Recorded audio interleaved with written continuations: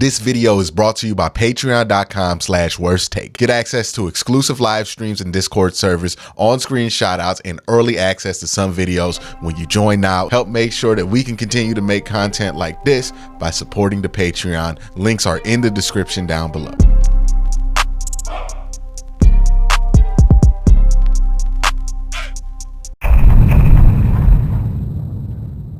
The Browns roster defensively, and honestly, like throughout most of it, there's been these small tweaks here and there. Then you get to a point where you look at the defensive line roster and it's like, oh, they only brought back one starter. It's Myles Garrett, basically, right? In that whole room, it might just be Myles that returns in that whole room outside of what Alex, right? Who's hurt right now.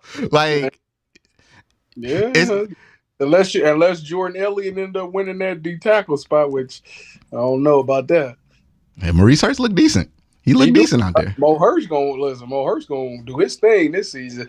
They said a healthy Mo Hurst is a really good player, man. That last preseason game, he was causing havoc. I'm like, yeah, this dude will be. I don't know why people think he ain't gonna make the roster. He 1000% gonna make this roster.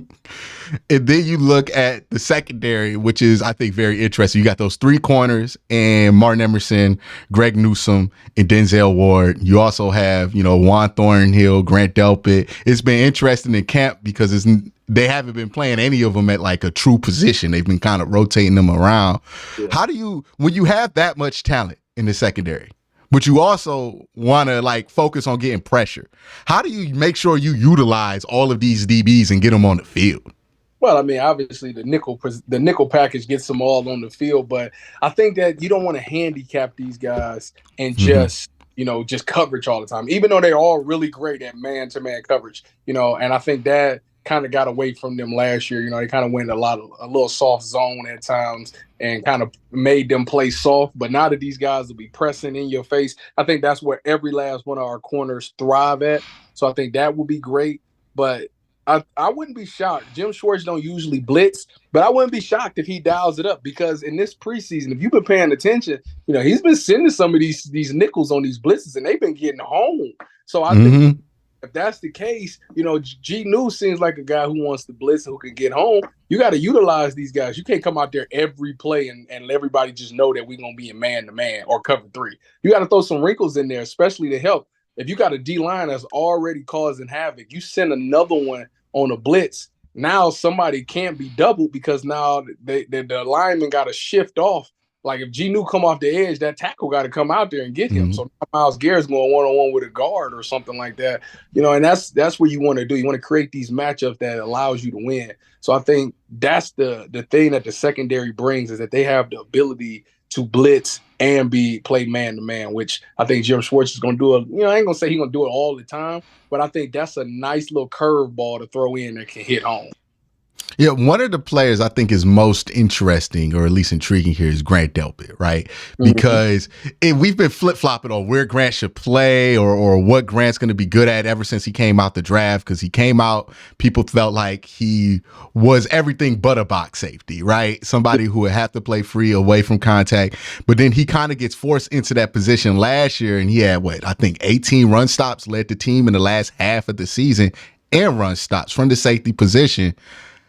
Where do you see his future at when you look at Grant Delpit? Like, do you think he's more of a box safety, more somebody you want to have around the line of scrimmage, or do you think his future's at free?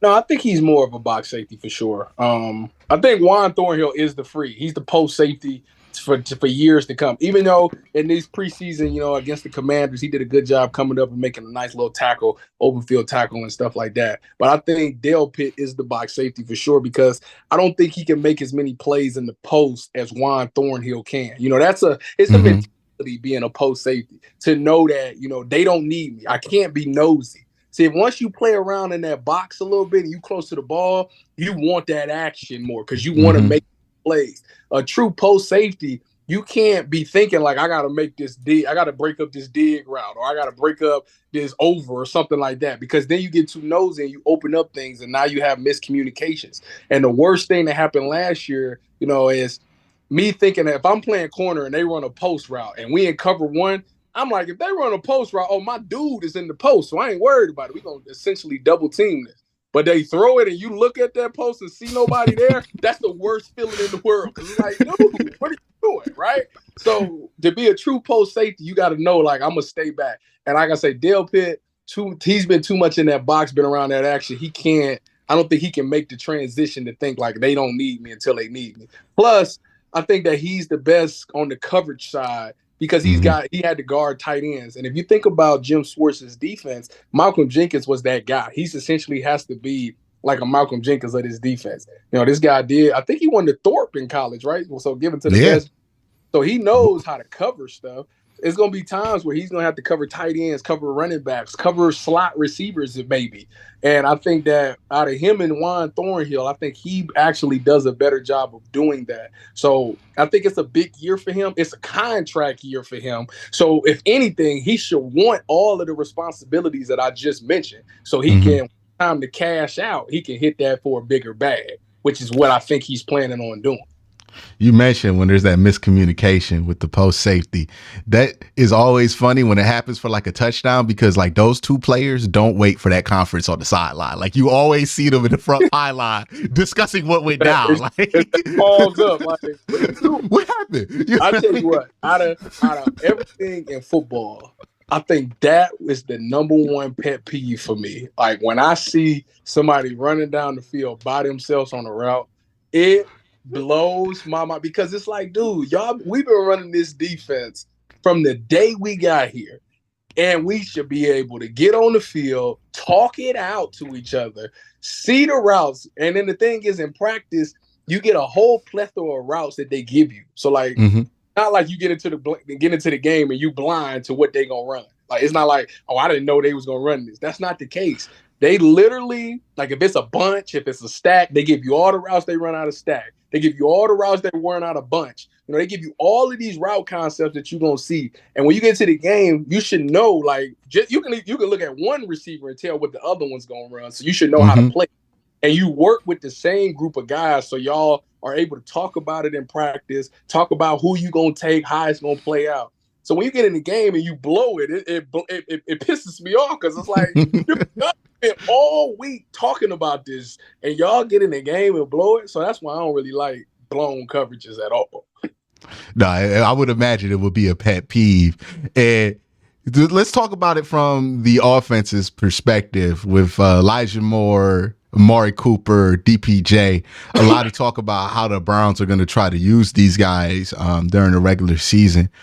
What do you think because I feel like we kind of talk about wide receiver in a binary where it's like there's wide receiver 1, there's 2, there's slot, right? Yeah.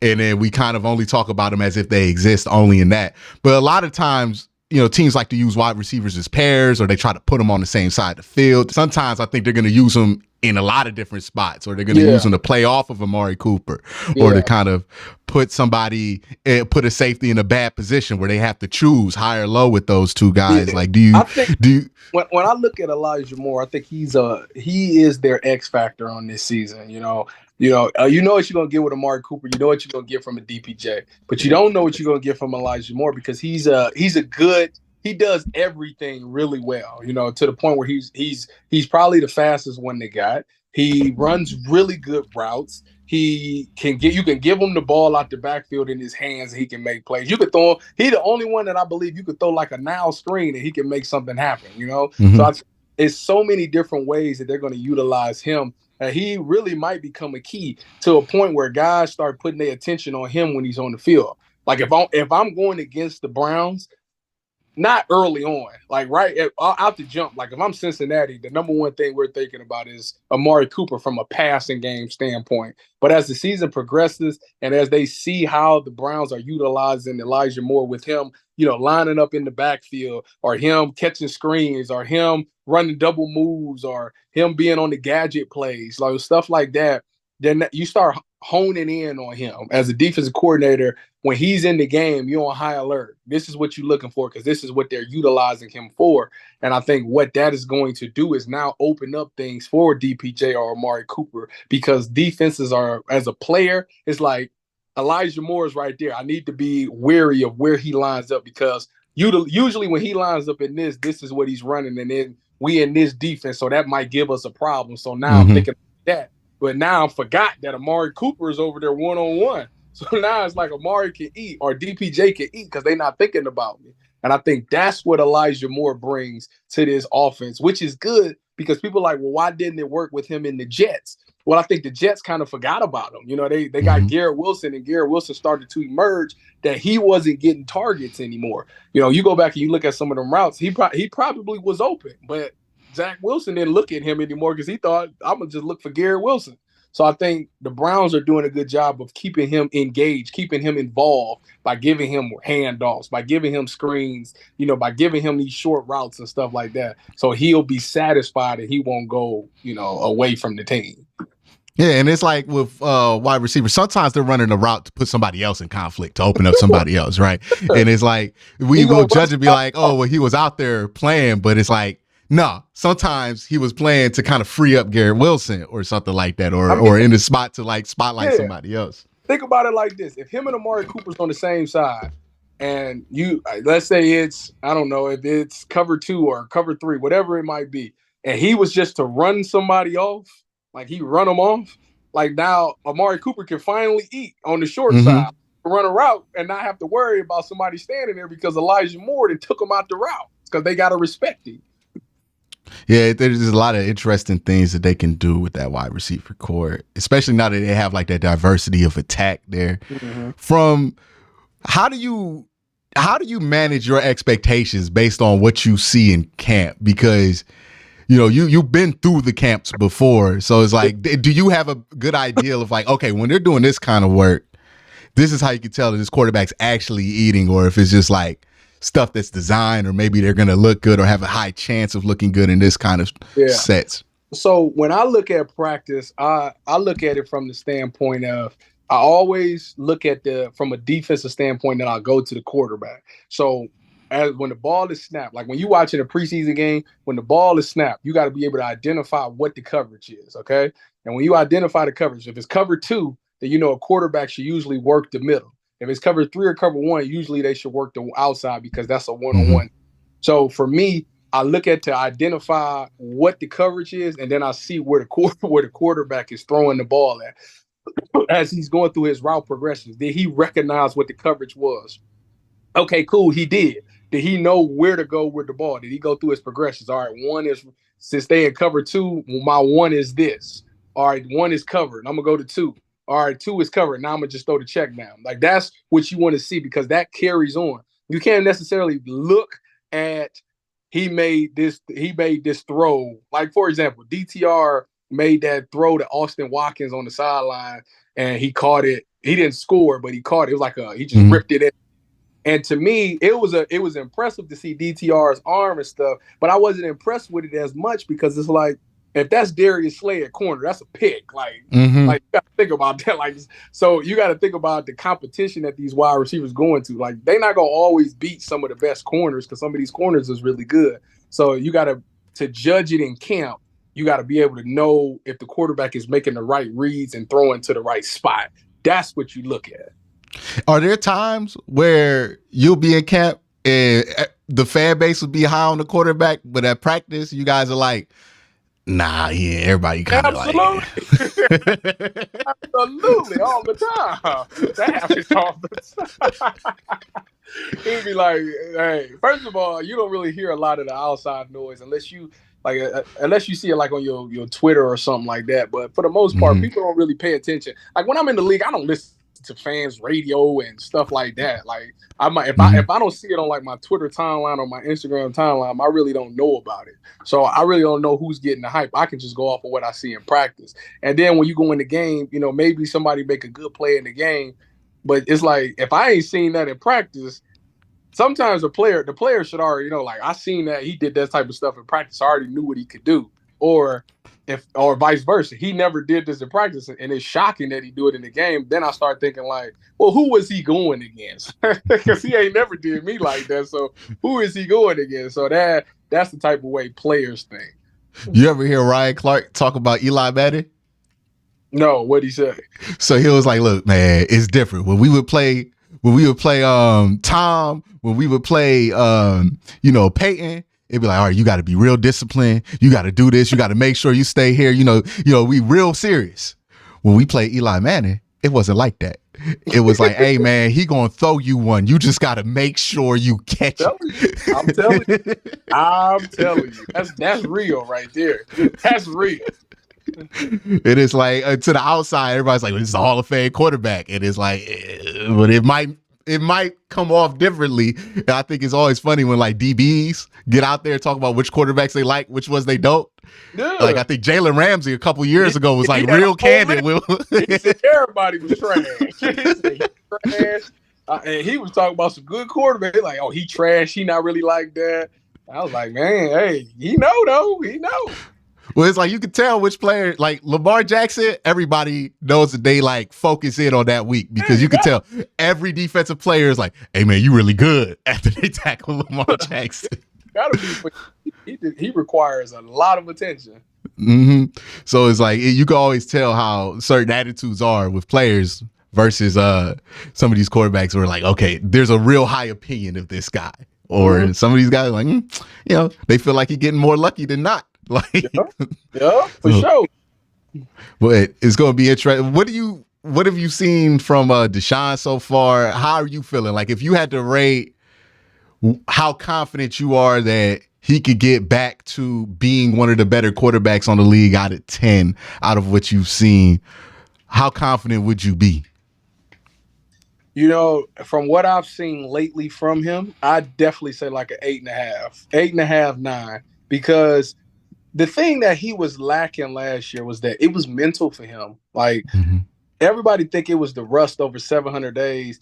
Yeah, yes, that has a lot to do with it. But mentally, he has too much going on, man. And he wasn't himself. He wasn't the dude from Houston anymore. The dude in Houston, this dude was making plays. This dude would do it with his legs. He'd score. He played the guitar on big plays. He'd do the big monster walk. Like, this dude has some swag to him when he played. And he made plays last year, and he didn't even really celebrate that much after the play. So it was like, I felt like he didn't enjoy football because he had so much other stuff going on that it was like football was like his least of his worries at that time.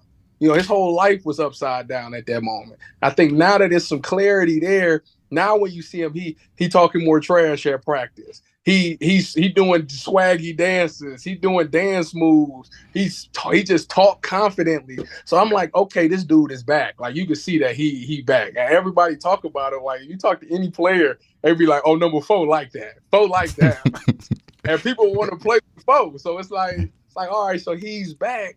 And I think that's what the number one ingredient was for him that he was missing. It wasn't that he couldn't make the throws, because clearly he was still making plays with his legs yet last year. He was still improvising, extending plays, still making some good throws. But to me, it was just the confidence. And I think now that confidence is back. So I think that's going to help him get back to the dude that he was in Houston.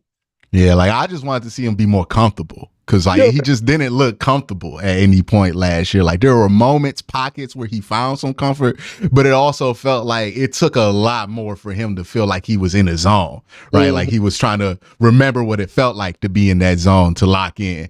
And, that could take a little bit sometimes with him. But I think he looks comfortable. He looks like he's confident in what he's doing. He's doing some stuff that's similar to what he did before, and he's doing some new stuff, and he feels good about it. And I think that makes a world of difference. So Tyvis, thank you for coming on. Man, where else can they see you? Because you do some interesting stuff. I'll be seeing it on Twitter, man. Listen, I'll be on the Ultimate Cleveland Sports Show on Tuesdays and Wednesdays, starting during the football season. So you can catch that on YouTube. Big Ten Tailgate Show Saturday, starting on the 3rd. I'll be on every Saturday on the 3rd, 10 to 12 on the Big Ten Network. Columbus radio station, Buckeye Show 6 to 8. Sad that I got and the Browns radio pregame, postgame show on game days. He's working a lot of jobs. There's a lot of opportunity to catch him.